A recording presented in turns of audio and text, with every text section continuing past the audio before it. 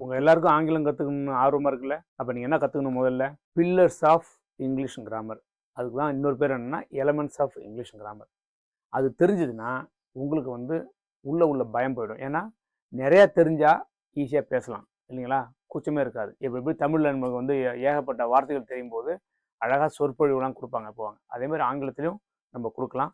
At least குறைஞ்சபட்சம் வந்து அடுத்தவங்க பேசும்போது புரிஞ்சுக்கலாம். அப்போ என்னென்னா இந்த எலமெண்ட்ஸ் ஆஃப் இங்கிலீஷ் கிராமர் அப்படிங்கிறது என்னென்னா ஏற்கனவே ஒரு 9 பார்ட்ஸ் ஆஃப் ஸ்பீச் சொல்லியிருப்பேன்.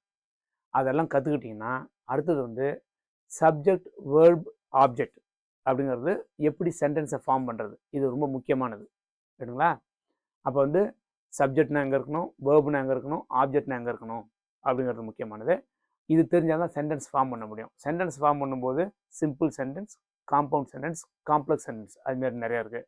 அப்புறம் வந்து ஃப்ரேசஸ்னால் 2 வார்த்தைகளை சேர்த்து அதுக்கு ஒரு தனியாக மீனிங் வரும் சரிங்களா? புட்டுன்னு ஒன்று இருக்குது, ஆஃப்னு இருக்குது, OFF அது தனித்தனியாக மீனிங் வரும். ஆனால் புட் ஆஃப்னா வேறு மீனிங். அப்போ இது வந்து ஃப்ரேசல் வெர்ப்னு சொல்லுவோம். பிறகு வந்து டென்சஸ் இருக்குது. டென்சஸ் வந்து 12 ஃபார்ம்ஸ் ஆஃப் டென்சஸ் சொல்லியிருக்கோம். Past tense, present tense, future tense. இந்த டென்சஸை கற்றுக்கணும். அப்புறம் க்ளாஸஸ், கிளாஸ் இல்லை CLAUSE க்ளாஸ் அப்படின்னு சொல்லுவாங்க. க்ளாஸஸ் தெரிஞ்சுக்கணும். அதுக்கு பிறகு பார்த்தீங்கன்னா டைரக்ட் ஸ்பீச்சு, இன்டைரக்ட் ஸ்பீச்சு, அப்புறம் ஆக்டிவ் வாய்ஸு, பேசிவ் வாய்ஸு, இதுமாதிரி நிறைய கீழே போயிட்டே இருக்கும். ஈவன் அணிகள் இருக்குல்ல தமிழில், அதுக்கும் ஈக்குவலாக நிறையா இருக்குது. அதெல்லாம் வந்து நம்ம பொறுமையாக கற்றுக்கலாம்.